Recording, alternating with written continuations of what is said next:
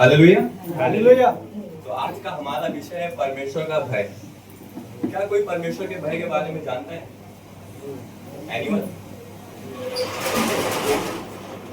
क्या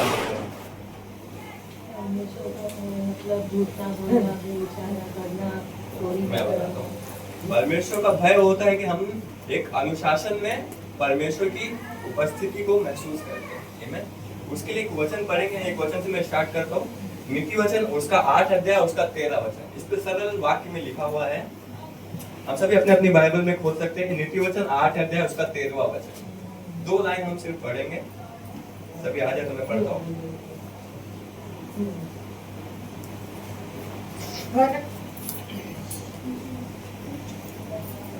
रिपीट करूं वचन? नीति वचन 8 अध्याय उसका 13वां वचन। 8 अध्याय 13 वचन। ओके, तो मैं पढ़ता हूँ। यहाँ पर इस प्रकार लिखा है कि यहोवा का भय मानना बुराई से बैर रखना है, घमंड और अहंकार और बुरी चाल चलन से और उलट फेर की बात से भी बैर रखना। आमीन। इसमें लिखा है कि यहोवा का जो भय है, वो जो भय मानना बुराई से बैर रखना होता है। मतलब जैसे कि क्योंकि परमेश्वर मतलब जो घमंड और जो बाकी के व्यवहार है उससे घृणा करता है। मतलब जो परमेश्वर है, हम सारे मतलब जो परमेश्वर है बुराई से बैर रखता है। आमीन। इसके लिए मतलब सिंपल सा वाक्य है कि परमेश्वर का भय मानने में हम परमेश्वर का आदर करते हैं। आमीन। हम देख सकते हैं कि जो मूसा ने 10 आज्ञाएं लाई थी, वो 10 आज्ञाएं क्या थी? किसी को याद है? मैं बताता हूँ। जो मूसा ने 10 आज्ञाएं लाई थी कि तू मुझे छोड़कर दूसरे को ईश्वर करके ना मानना। आमीन। और तू किसी का खून ना करना, व्यभिचार ना करना, चोरी ना करना, तू किसी के विरुद्ध झूठी साक्षी ना लेना। इसमें जो ये टॉपिक है कि तू मुझे छोड़कर दूसरे को ईश्वर करके ना मानना, इसमें परमेश्वर हमसे क्यों ऐसा कहता है?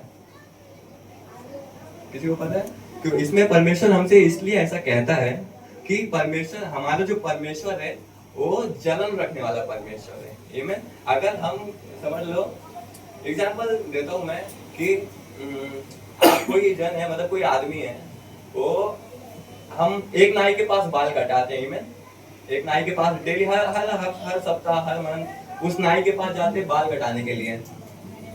तो अगर हम उस नाई को छोड़कर किसी और नाई के पास जाएंगे, फिर उस नाई को छोड़कर जिसके पास हम पहले आते थे उसके पास आएंगे, वो आपके हेयर कटिंग को देखेगा तो क्या उसको मतलब थोड़ा बुरा तो लगेगा ना।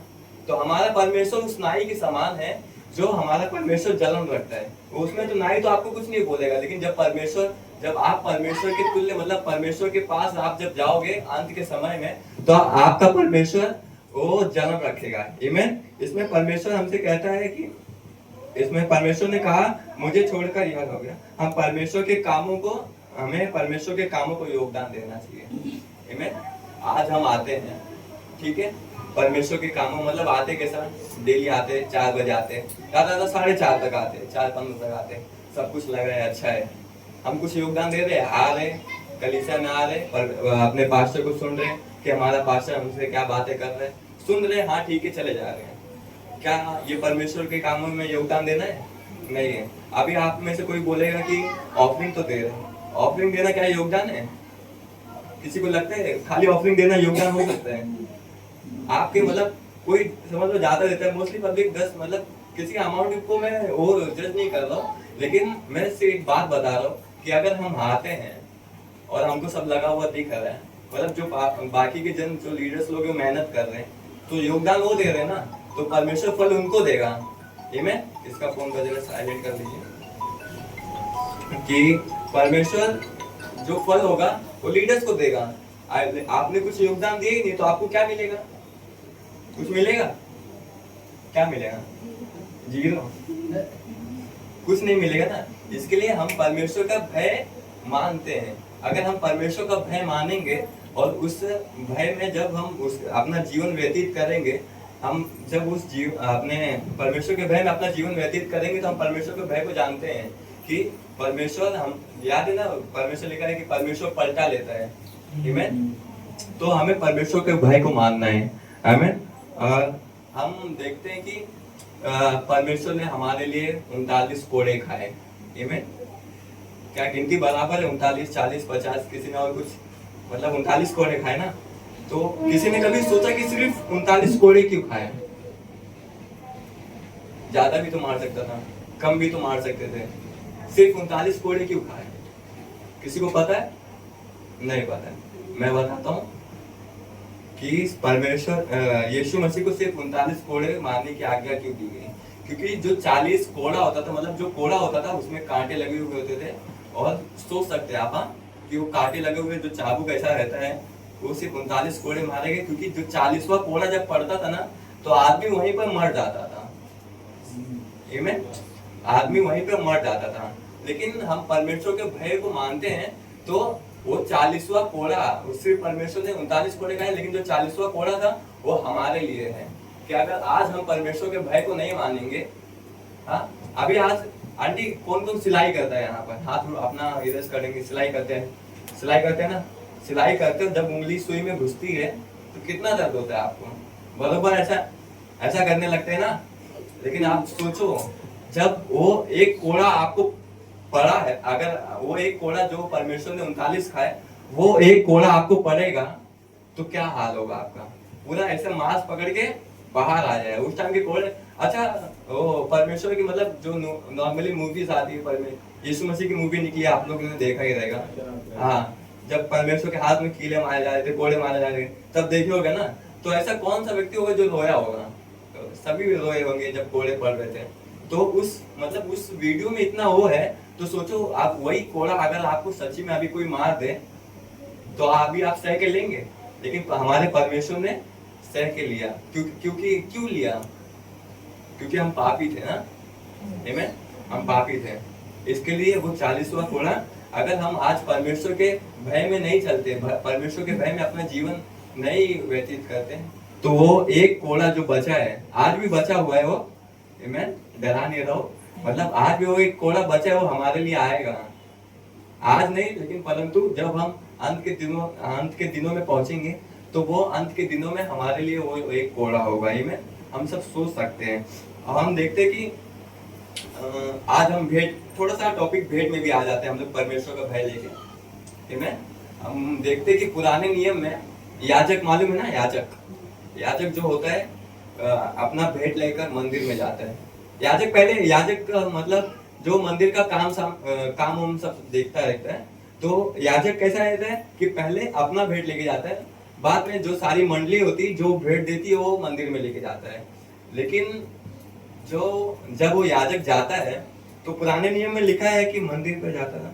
जब पुराने नियम में लिखा है कि जब वो याजक जाता था तो अपना भेंट लेके जाता था, अपना भेंट मंदिर में लेके जाता था। और अगर उसके मन में कोई खोट है, अगर बुराई कर रहा है, गलत काम कर रहा है, व्यभिचार, वो जो मूसा 10 आज्ञा है, अभी थोड़ा टाइम पहले मैंने 10 आज्ञाओं के बारे में बताया, अगर वो 10 आज्ञाओं को नहीं मान रहे, व्यभिचार कर रहा है, झूठ बोल रहा है, चोरी कर रहा है, परमेश्वर के दान में से चोरी कर रहा है, तो याजक उस टाइम पर वहीं पर उसकी मृत्यु हो जाती थी। जरा सोच सकते हैं आज आप दान कैसे दे देते, एक दूसरे को देख के, हाँ ऑफरिंग का थैली आया हम लोग दे देते हैं, ठीक।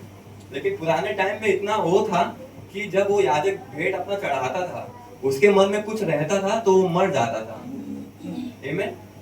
वो उसी टाइम उसकी मृत्यु हो जाती थी। हम देख सकते हैं कि उसमें उस टाइम परमेश्वर का भय कितना माना जाता था उस लेवल पर, कि उसकी मृत्यु समझ लीजिए ना, आदमी जगह पे खत्म है। अभी तो हमारा परमेश्वर इतना दयालु है कि हम किसी को कुड़कुड़ा के भी दे देते हैं, हाँ, कि बार बार हर संडे आओ दाम दो। पैसा क्या फोकट में आता है क्या? हाँ, आता है क्या? फोकट में नहीं आता है। हम जब पूरा महीना काम करते तब हमको सैलरी मिलती है, और उसमें से जो 10वां, आज आपको पता है 10वां अलग है और ऑफरिंग अलग है। आज सब किसी को पता है 10वां और ऑफरिंग दोनों अलग अलग है। लेकिन फिलहाल हम उस टॉपिक पे भी जाएंगे नहीं, क्योंकि ऐसी टाइम कम है, तो ऑफरिंग का समय बाद में लेते हैं। और हम फिर ये ऑफरिंग में थोड़ा सा और लेते हैं, हम देखते हैं हन्ना और सफीरा के जीवन को।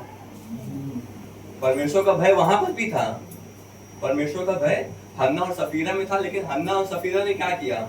अपना जीवन ऐसे ही व्यर्थ कर दिया।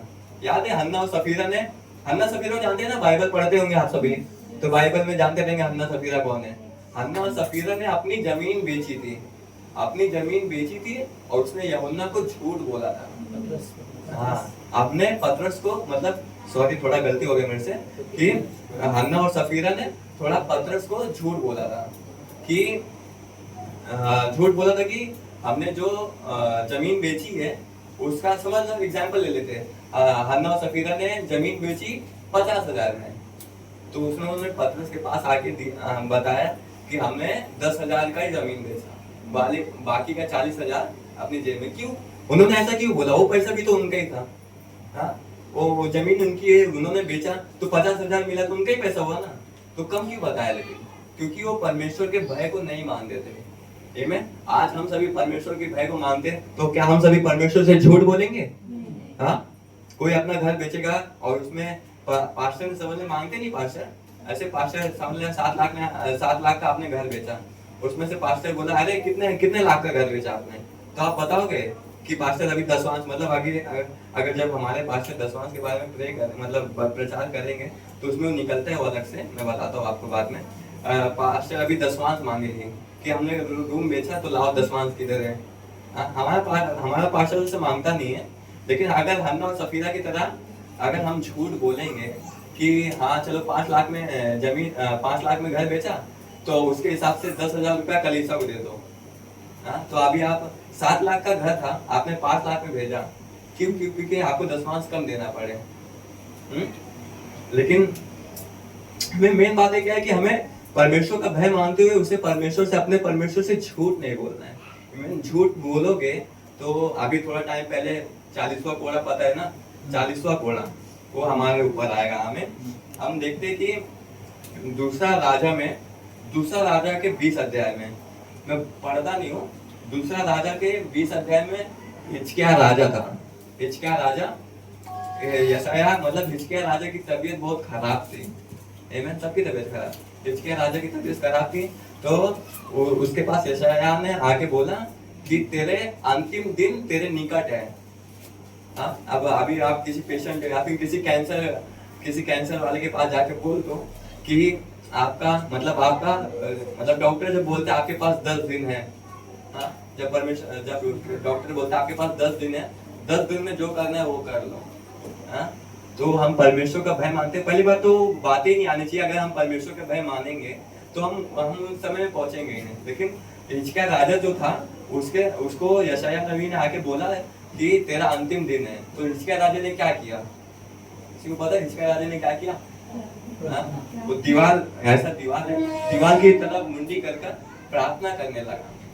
इससे क्या पता चलता है कि परमेश्वर के भय को मानता था। उसको इतना विश्वास था कि अगर मैं आज प्रार्थना किया, अगर परमेश्वर से बातचीत किया और परमेश्वर के सामने गिड़गिड़ाया, रोया, तो मेरी आयु को बढ़ाएगा। और इतना विश्वास था, वो परमेश्वर के भय को इतना मानता था। तो इससे ये हमें पता चलता है कि अगर आज हम लोग परमेश्वर के भय को मानते हैं, हाँ, अगर आज हम परमेश्वर के भय को मानते हैं, तो परमेश्वर हमारी आयु को बढ़ाता है। आमीन, परमेश्वर हमारी आयु को बढ़ाता है। हम देखते हैं कि मत्ती का उसका 3 अध्याय उसका 10 वचन हम खोल सकते हैं। हम अपनी बाइबल में खोलेंगे, इतना टाइम तो है, ज्यादा टाइम नहीं लिया मैंने, थोड़ा सा ही। मत्ती उसका 3 अध्याय उसका 10वां वचन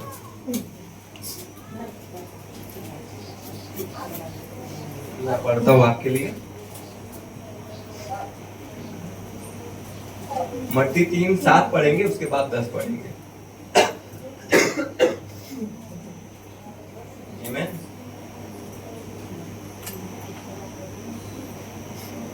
तो देखते हैं, जब उसने बहुत सी फरीसियों और सादुकियों को बपतिस्मा के लिए अपने पास आते देखा तो उसने कहा, यहाँ पर कौन है? हम थोड़ा ऊपर देखते तो यहाँ पर यूहन्ना बपतिस्मा देने वाला, यहाँ पर यूहन्ना का यहाँ पे प्रचार है कि जब उसने बहुत फरीसियों और सदुकियों को सादुकियों को बपतिस्मा के लिए अपने पास आते देखा तो उसने कहा, हे सांप के बच्चों, तुम्हें किसने जता दिया कि आने वाले क्रोध से भागो, इसीलिए मन फिराओ कि योग्य फल लाओ। आमीन। और हम 10 में देखते हैं कि अब 10वां वचन पढ़ता हूं मैं कि अब कुल्हाड़ी पेड़ के जड़ पर रखा हुआ है, इसीलिए जो जो पेड़ अच्छा फल नहीं लाता वह काटा और आग में झोंका जाएगा। ये मैं इस वचन को मैं एक्सप्लेन करता हूँ। यहाँ पर लिखा हुआ है कि अब कुल्हाड़ी पेड़ की जड़ पर रखा हुआ है। जो कुल्हाड़ी है, जो परमेश्वर का मतलब वो है, वो हमारे गर्दन पर ऐसा रखा हुआ है। अगर हम परमेश्वर का भय मानकर उसके तुल्य में अच्छा फल नहीं लाते हैं, आमीन, हम उसके तुल्य अच्छा फल नहीं लाते तो हम काटे जाएंगे। और उसमें लिखा है काटे नहीं लाते तो वह काटा और आग में झोंका जाएगा। आमीन, हम काटे जाएंगे और उस आग में झोंके जाएंगे। जो वो आग है, जो नरक का जो झील है, उस नरक की झील में हम झोंके जाएंगे। आमीन, सबको समझा? अगर हम परमेश्वर के तुल्य अच्छा फल नहीं लाते, उसके मतलब क्या बोलते हैं उसको, मतलब हम परमेश्वर की आशीष प्राप्त नहीं कर पाते, परमेश्वर का भय नहीं मान पाते। तो 39 में से 40वां कोड़ा तो है, लेकिन परमेश्वर ने हमारे लिए एक और जगह तैयार की है। वो जगह कौन सी जगह? नरक। वो आग की झील है जो हमारे लिए, मतलब हमारे लिए नहीं, शैतान के लिए था। लेकिन अगर हम परमेश्वर का भय नहीं मानते और गलत बातों में किसी का मर्डर कर दिया, मतलब झूठ बोलते, गलत बातों में अगर हम पढ़ते तो हम उस आग की झील में डाले जाएंगे। आमीन। और हम देखते हैं कि हम देखते हैं आदम और हवा के जीवन को। आमीन, ये दूसरी बात है। हम देखते हैं आदम और हवा के जीवन को। आमीन। आदम ने सब शुरुआत में पृथ्वी बनाई थी, सारे जीव जंतु को बनाया, तो परमेश्वर ने आदम और हवा को भी बनाया। आदम हवा को बनाया कि वाटिका में घूमो, सब खाओ पियो, लेकिन एक फल ना खाना। हाँ, परमेश्वर ने उनको सिर्फ वो एक ही आज्ञा दी थी। वो आज्ञा ही थी ना कि वो फल को ना खाना, तुम छू सकते हो लेकिन खाना नहीं।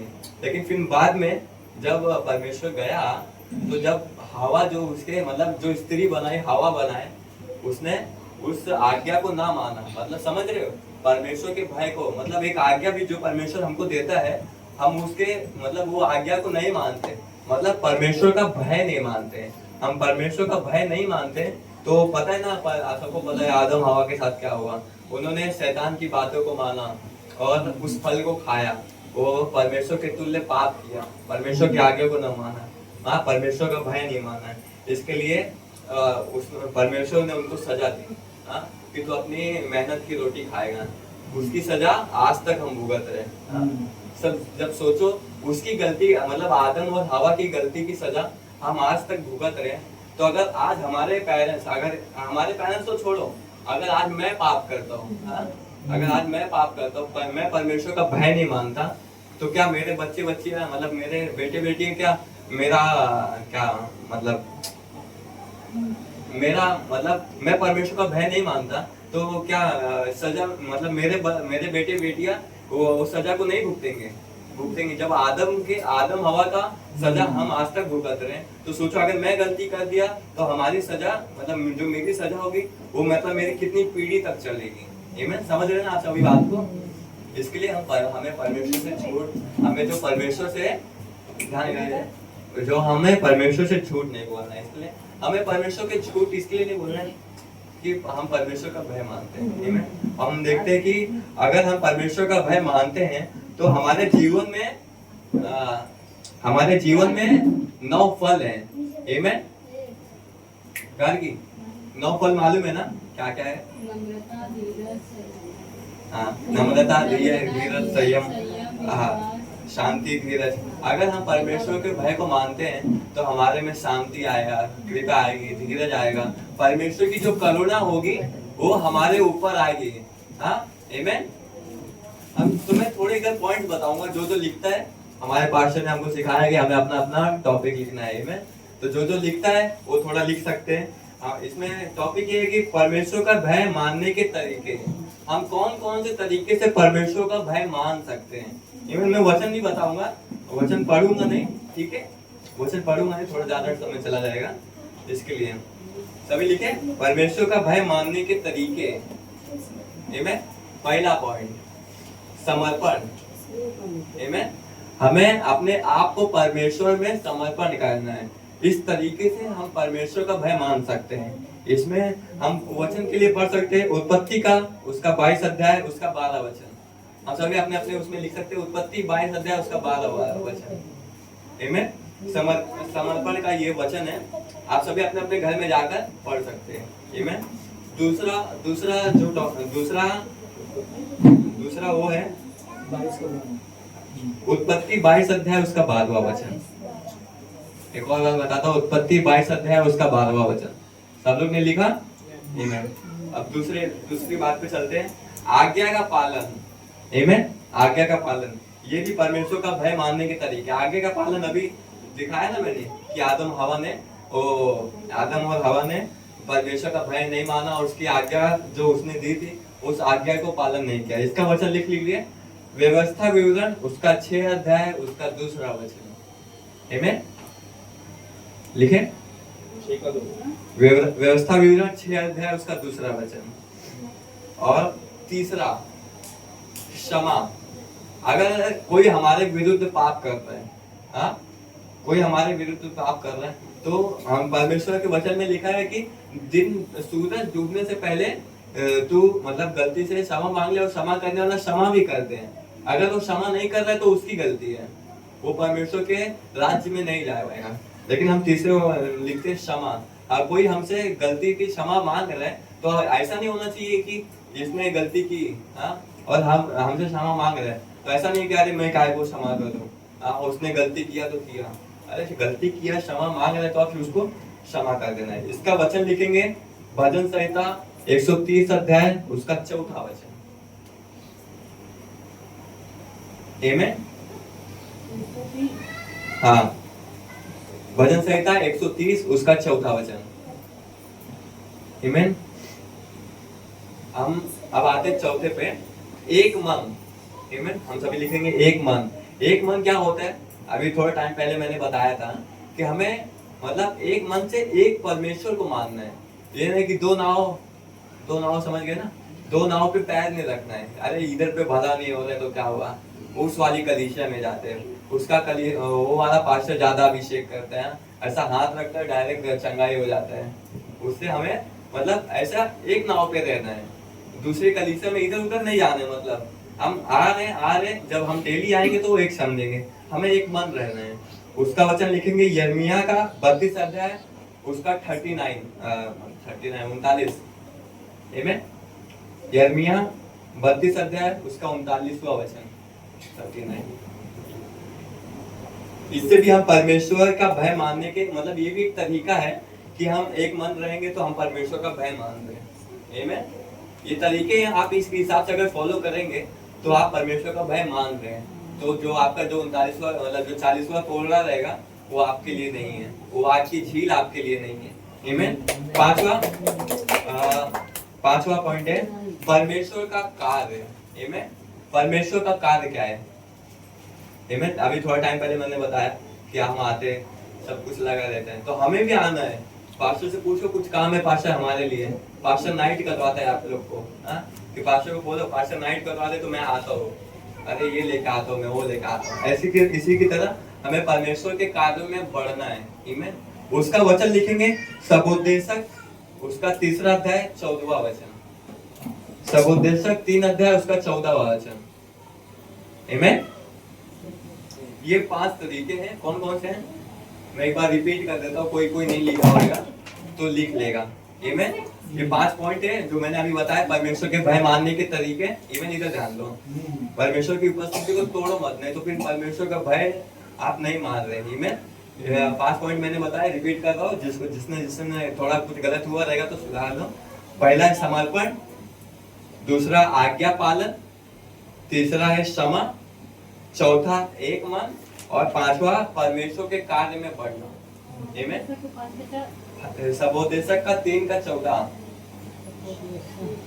अपने कानों को खोलो, परमेश्वर का भय मानो। आमीन।